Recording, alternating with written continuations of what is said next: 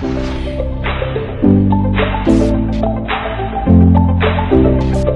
guys, and welcome to another with Zimaleta. In today's video I'm going to be talking about this 2012 Sprinter. It is a Mercedes, of course. It does have the DEF, it does have the PDF. This is a 2012 type of Sprinter that I actually picked it up really cheap. I could almost call this thing the cheapest Sprinter like in America. It's got 550,000 miles on, but guys, it is a beauty. It's real nice on the inside, guys, very clean and stuff like that, besides having the 550,000 miles. Guys, miles never scared me, but you might be wondering, like, how could I pick it up for $4,600? Because it is such a nice vehicle, and some of you guys might be thinking that's what it's worth. But guys, it's you know, it's the condition of the vehicle, and it's, you know, like as far as the engine goes, the engine's locked up, so obviously it needs a new engine. It needs this one to be rebuilt, and it's not going to be cheap. The guy wanted like $7,500 for it because he spent a ton of money, and he claims he put nothing but Mercedes parts. But don't they always say that, guys? Like, oh, I put nothing but the best. It turns out they probably never took care of it. But interior, like, it's awesome. But at 550,000 miles, I just don't think they should be going out yet. I used to have one 550,000 miles, and it was still alive as ever, you know.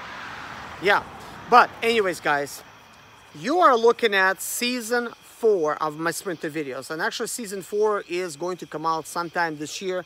I haven't done anything with it yet, but the season 4 will happen, and I want to explain a little bit like how we're gonna do things when, you know, as far as this happening. And like season 4 I was planning for next year, obviously, you know, like as I always do, like new year, new season. Like that's a season 3 with all the T1Ns. But since I got a 6-cylinder now, 3.0 liter engine, I decided that, hey, you know, I don't want you guys to wait. We're just gonna go ahead and start making these videos right here. So here's what I'm gonna do, guys. I'm gonna do just like I started the season 1, except this time we're gonna be going about it professionally. And of course I'm gonna be using a better camera, better editing. We're not gonna have any music to ruin things and, you know, mess things up. And what I'm also going to focus on is making the video a little bit shorter. We're gonna make a topic specific video. Like if I need to pull out a grill, then that's the video going to be how to pull out a grill, nothing more, nothing less. We're gonna also pull out like headlights and stuff like that. Like if it's just pulling apart, that's it, you know, that's finished. But if I have to talk about a part, I guess I might just, you know, talk out it simply, maybe hold a part or something, or and describe to you guys actually what does this part do, how does it, you know, like hurt your vehicle if you don't replace it, or how does it fail, when it could fail, because guys, I know everything about this. I bought one like this in 2007, and I owned it through 2010, and that's when the bank actually repossessed it from me. Yes, they repossessed it like in July. Not because I wasn't making payments, but because I missed only 3 payments, and they did not want to have any more payments, and they just said, listen, just give it up, buddy, you know, give it to us. Believe me, I wasn't willing to give it up that easy, so they had to actually repo it. But it's okay. Sad story, long story gone. It's not even on my credit history anymore. But I always wanted to get another one. Now we have a 2012. And at the time, of course, I messed with Sprinters. I always service my own. I could tell you everything that goes on with this vehicle, guys, because that's actually the first vehicle I owned. I learned on this one, and after this vehicle I bought a 2012 Sprinter. I know about that one. I also owned a GMC type of a Chevy Express type of van. I owned one of those. I owned a 40 Econoline in the past. Actually, that was a gas, and I have a 40 Econoline, which is a Super Duty diesel. We have that actually sitting over there. And I owned a 2002 Sprinter right after this. And 2002 Sprinter had a lot of its own issues. It did cost me some money also to fix, because at the time, the only stuff I knew how to do is just replace my own, you know, belts, pulleys, tensioner, and even that was a bit challenging because there's just not a lot of room to work with. And when those things did happen, it's usually like in the winter sometime. That's why I always prepare myself for the winter, and I try to make sure that I'm going to replace the things that needs to be replaced before the winter hits, because man, it's not fun replacing it in the winter time. I do, however, have like a mechanics type of suit that's a little bit more like heavy duty for the winter time. It does keep me warm, but still, who wants to replace it? Like, and we're talking about nighttime like this. That's when a lot of stuff like this happens. And at the time, the only way I could share my story, like how to fix stuff with other drivers and stuff, my friends, they would get help and stuff. And then after a while, I started getting calls. Hey, I heard you know about the sprinters and stuff like that. And I was like, way back when. And I'm like, how did you hear about me? So-and-so gave me your number. I don't even know the person, but somehow my number got around.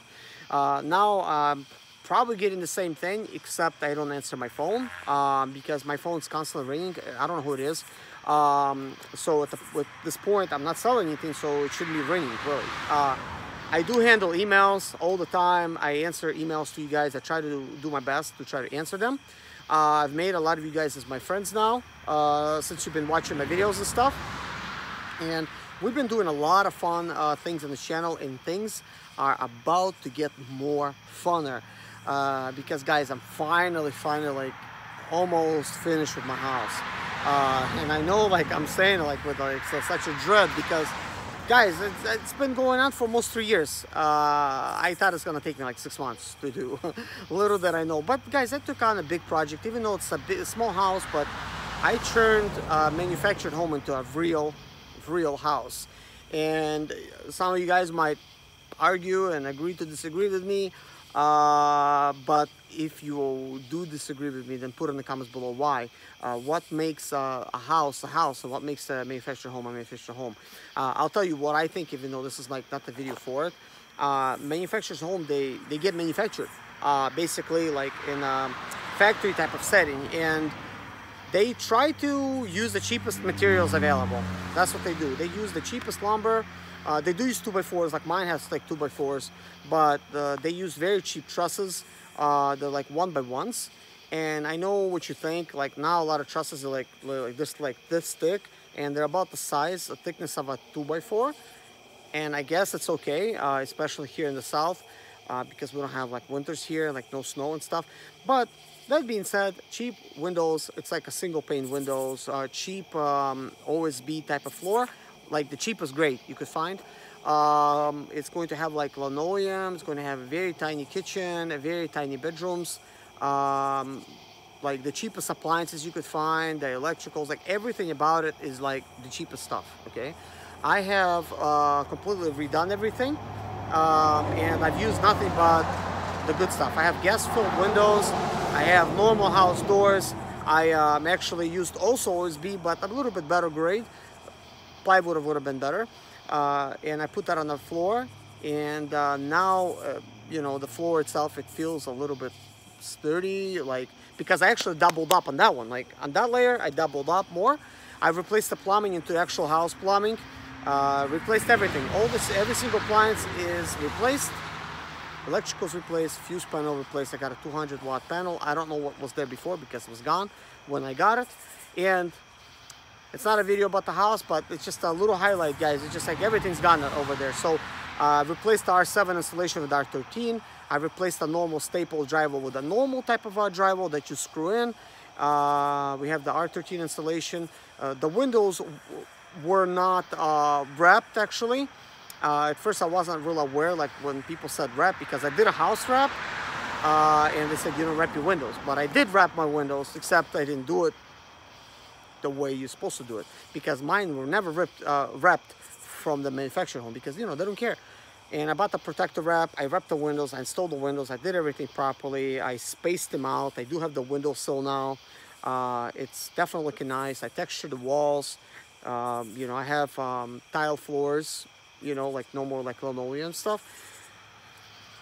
So much stuff, guys. And anyways, the exterior, I ripped out the aluminum. I replaced it with OSB. I wrapped the OSB and I stapled that stuff, and I have the normal asphalt type of roof, so I may have to fix little portions, but it's not leaking, everything's fine. And I bought vinyl siding with all the trim, which cost me like $5,000 with like all that stuff combined, just for that materials. But I'm right at, I think, like 40,000 when it comes to getting all the materials and putting it into the house. And guys, do I want to be done with the thing? Because the next thing I want to say is right over here behind the Sprinter here, I'm going to level out this ground here. I know you've seen for the longest time I had like 4 piles, which is supposedly 24-ton truck delivered. It's supposed to be like 24 tons. I don't know if the 44 tons, but who cares? I'm gonna get a bobcat. I'm gonna like try to level everything out.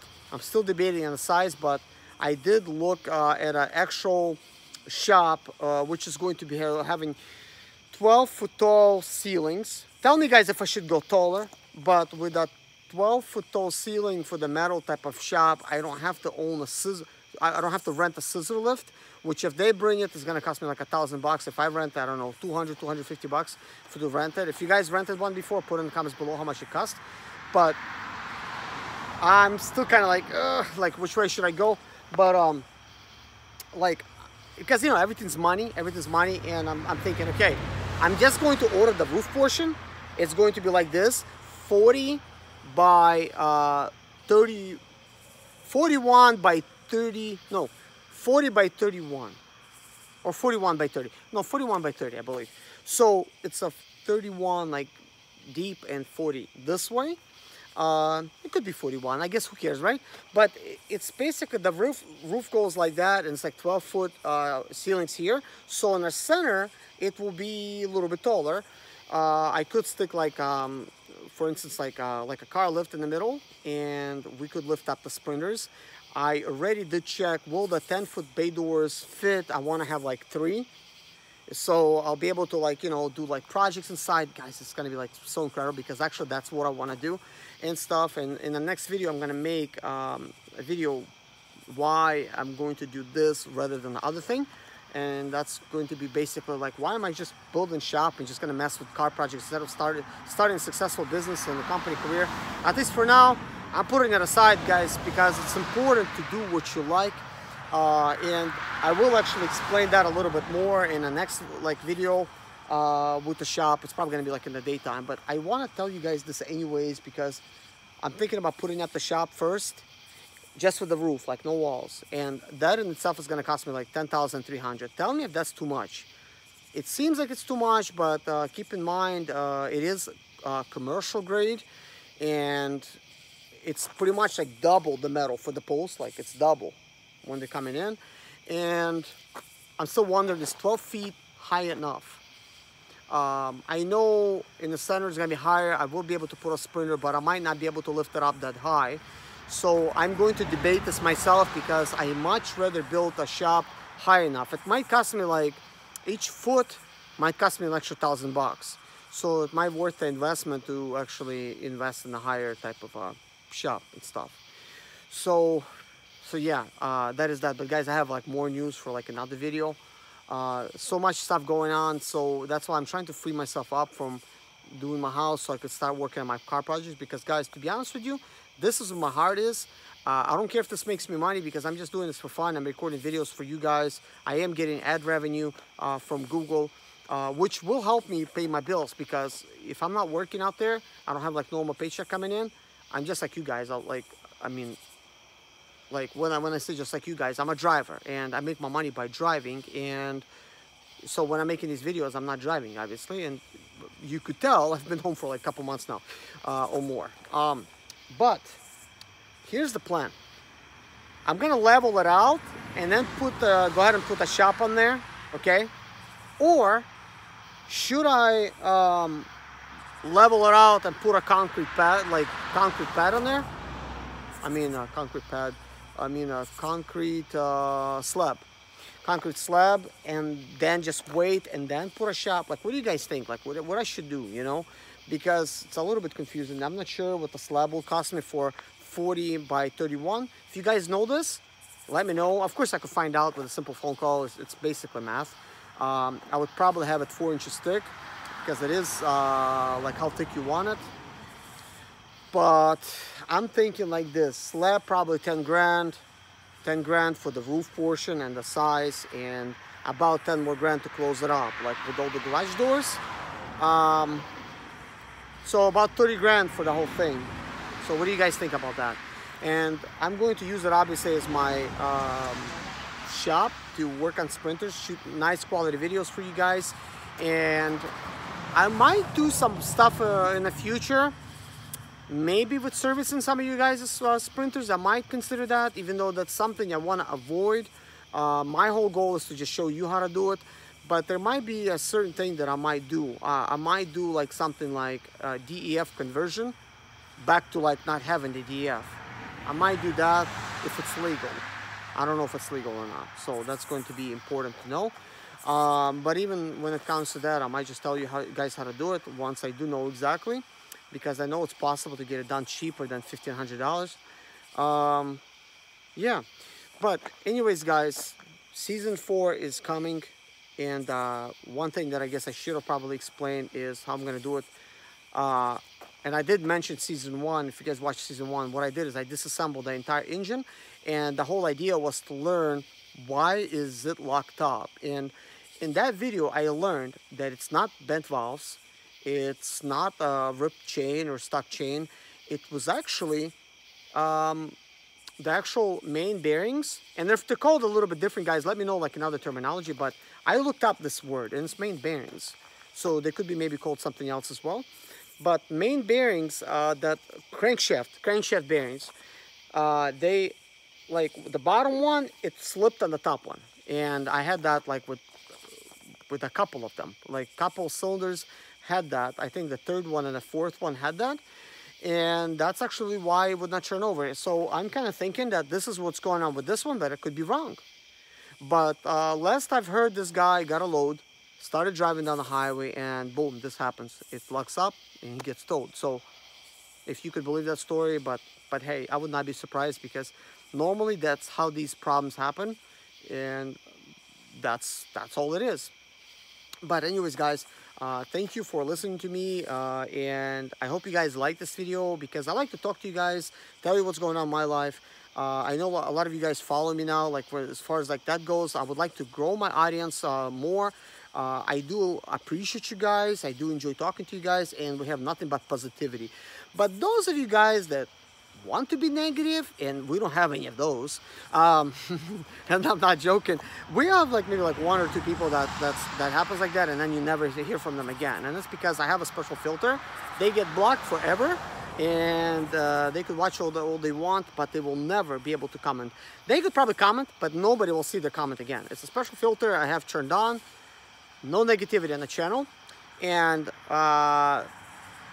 yesterday I watched a video that has to do with positive and negative energy, with people that like to suck somebody else's energy.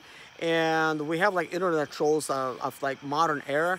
They're out there sucking people's energy, and the way that they do it is they write negative, nasty comments, and when creators, they fall for it and actually get damaged and hurt by that, they feed off that energy. So it's basically, they're called energy vampires. And you know, if anybody's energy vampire, that's not gonna work for me, because I'm a positive person, and when I see it, a comment like that and the filter didn't catch it, I'm gonna catch it, I'm gonna delete it, and we'll never see it ever again. And it's only bad for you, it's not bad for me, because if you're ever gonna have a problem, I would not even know you're a troll, and I would just help you. But if you ever have a problem, I will not be able to help you, because I will not even see your comment. So there you go. But I'm gonna sleep good at night, because I don't remember no bad comments. I probably remember like 3 at most that I had them. I don't even know what they said, to be honest. So, you know, that is that. But anyways, guys, thank you so much for watching me, supporting me, and God bless you guys. Take care with your sprinters, and be patient. This one is getting ready to come, guys. Bye-bye.